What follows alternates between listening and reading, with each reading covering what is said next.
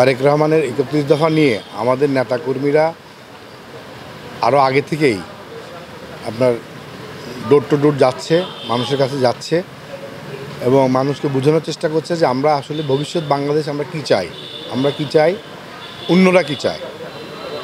এইভাবে আমাদের নেতাকর্মীরা কাজ করছে, সাধারণ মানুষের কাছে বোঝানোর চেষ্টা করছে। এবং আপনারা জেনে থাকবেন যে এখনও দুর্ভাগ্যজনক হলো সত্য যে বাংলাদেশের এখনও 40% ভোটার সিদ্ধান্ত নেয় না যে ভোট কোথায় দিবে।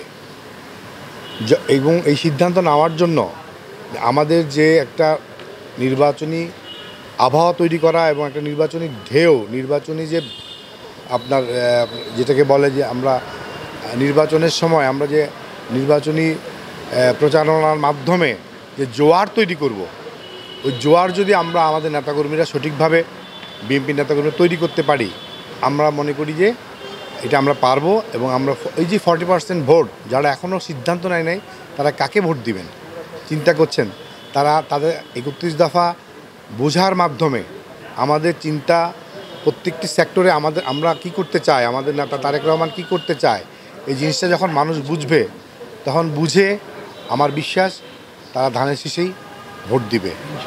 এবং আপনারা জানেন এই বিগত দিনে নির্বাচন হয়েছে ঠিকই নাম কাওয়াস্তে, কিন্তু মানুষ ভোট দিতে পারেনি। মানুষের ভোট দেওয়ার যে আকাঙ্ক্ষা, এক আকাঙ্ক্ষা আমরা মানুষের ভিতরে তৈরি করতে হবে এবং আমাদেরকে ভোটারদেরকে ভোট কেন্দ্রে নিয়ে যেতে হবে।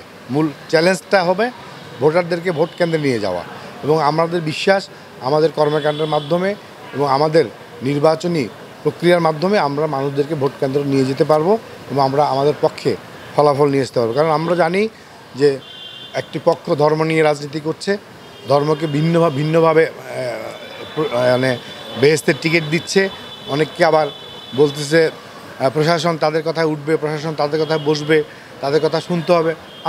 আমরা তো এই প্রশাসনের উপর নির্ভর করছি না, আমাদের নির্ভরতার জায়গা হচ্ছে যে জনগণ।